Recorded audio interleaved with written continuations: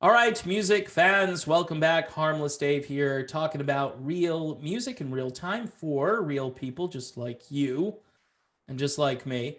So they continue to try to deconstruct Eric Clapton to make him look like a bad guy. Anytime now they can do it, even if Clapton isn't probably intimately involved with something, they're going to frame it in a way that makes him look like the villain. Case in point is this woman who is selling a CD on eBay. It was a bootleg CD recorded back in 1987. Her late husband recorded it, so we find out the poor widow is trying to sell a CD on eBay. And Eric Clapton and his ruthless team of tyrannical lawyers have come in and have stopped her from doing it. Actually, a judge in Germany, which is a phrase that doesn't roll off the tongue easily, a judge in Germany ruled in Clapton's favor, saying that the woman has to pay all of Eric Clapton's legal fees, which amount to $4,000. Now, keep in mind, I know this from experience because I've seen some interesting activity on several platforms like Don Henley. Don Henley does not want his stuff being prostituted, pimped out.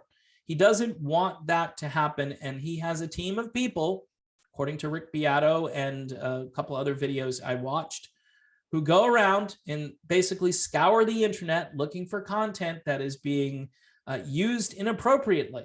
Now, in the case of Beato, he's kind of an educator, right? He's this guy who loves a great guitar solo, and he may have been using like a Don Henley song with Mike Campbell playing guitar, doing an amazing guitar solo.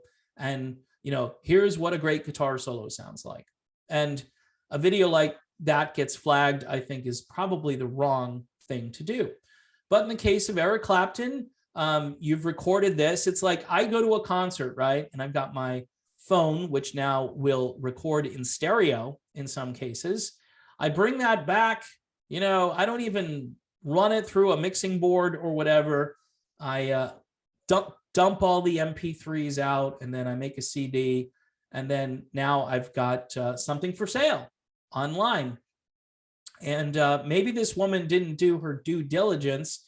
Maybe she should have kind of gone on the down low and tried to sell it to somebody locally, you know, off the grid. But she went right on the grid and she tried to do this. And I'm not, by the way, I'm not advocating for you to do a cottage industry where you sell, you know, on the street, hey, got a bootleg Clapton CD here, $50, you know.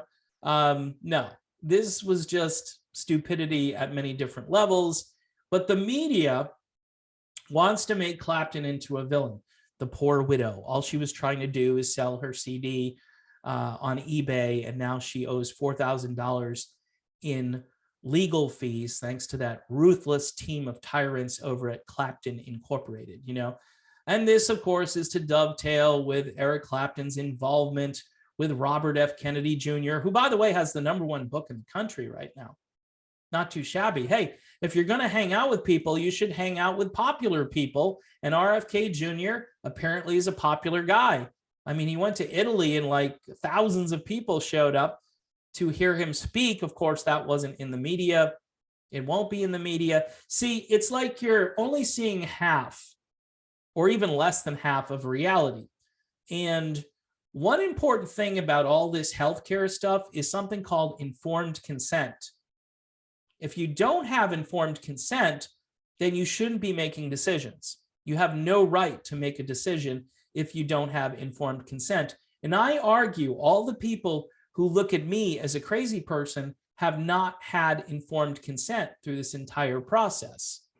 Hence, that's why Eric Clapton did the thing, and then he had a reaction to the thing, and then people flipped out on him and said, shh, what are you doing? You can't say that. Just go about your business. Be dignified and retire, according to one rock publication. Why can't he just retire and shut up? Stop recording these rebel songs with Van Morrison. I mean, it's funny that Eric Clapton and Van Morrison end up being the rebellious people, and like Dee Snider and Sebastian Bach, those are the people who are all snowflaked. You know, it's like, just do what he says. Just do what he says. You know, it's like, the little emperor, really? You want me to follow that guy? After 2 years of this, this is the pure definition of insanity. You do the same thing over and over again, and you're expecting a different result. Well, that's not happening. So the deconstruction, you know, he was crazy about this. Then he and Robert Cray and those lyrics that, yeah, he was definitely intentionally trying to be inflammatory with those lyrics, which were addressed to the government. Remember in the old days where it was cool to kind of, you know, make fun of the government or go after the government or think that the government was after you? Remember, those were good lyrics for songs, right? Roger Waters made a whole career out of doing that stuff.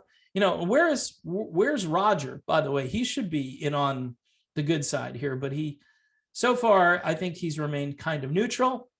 Again, these guys have enough money. I don't understand. If you're going to take a stand and you want to be a hero, take a stand and be a hero. At this point in your life, you know, what do you have to lose? You know, you should just be more courageous and more bold. I don't know. I guess because with Roger Waters, that whole concept of the wall, you know, was a place in time in history, and maybe he just can't connect the dots that it seems to be happening again. Maybe he just doesn't want to admit, you know, after all the good work he's done exposing it, maybe he just doesn't want to admit it.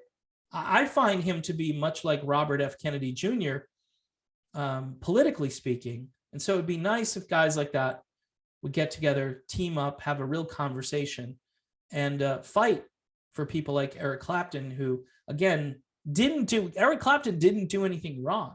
He didn't do, in fact, he did what they told him to do. So maybe that was the only thing he did wrong per se, but by their standards, I guess he's supposed to just shut up and take it, right? But then you've got that, and you've got the song lyrics, and he's writing, and he's bankrolling people who don't want to go to concerts. I love that. He's bankrolling all of the anti-thingers. Look, we're all like, you know, I was social distancing before it was cool, and I don't want to go anywhere and be around most people today because they're zombies and they're insane. So why would I want? So yeah, if I could guarantee, or they could guarantee, that the show was going to be normal people and not insane people that want to breathe air and stuff like that, and have an adult beverage and kick back and enjoy the show, yeah, I might go. I might actually do that. But if I'm going to be crammed next to somebody who's, you know, I don't want to even say it because then I'm going to get in trouble, but I don't know. I don't know what they're all about. And so you're just like, they think I'm a risk. I think they're a risk. Let me put it that way. All right. I actually think they're a bigger risk than I am.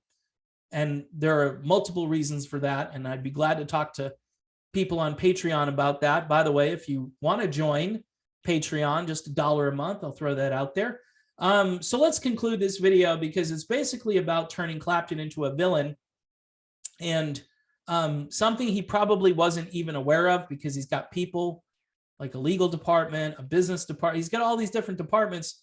I'm sure, just like Don Henley, he's got a team of people out there that go around and make sure that people aren't violating, you know, this rule, which is basically not to pimp out his art and do things with it that, you know, you're not authorized to do, whether it's a t-shirt, a CD, an image, all these things these guys really, really care about. And some of them too much, especially if you're using it in an artistic way. But in this case, this woman had a bootleg CD.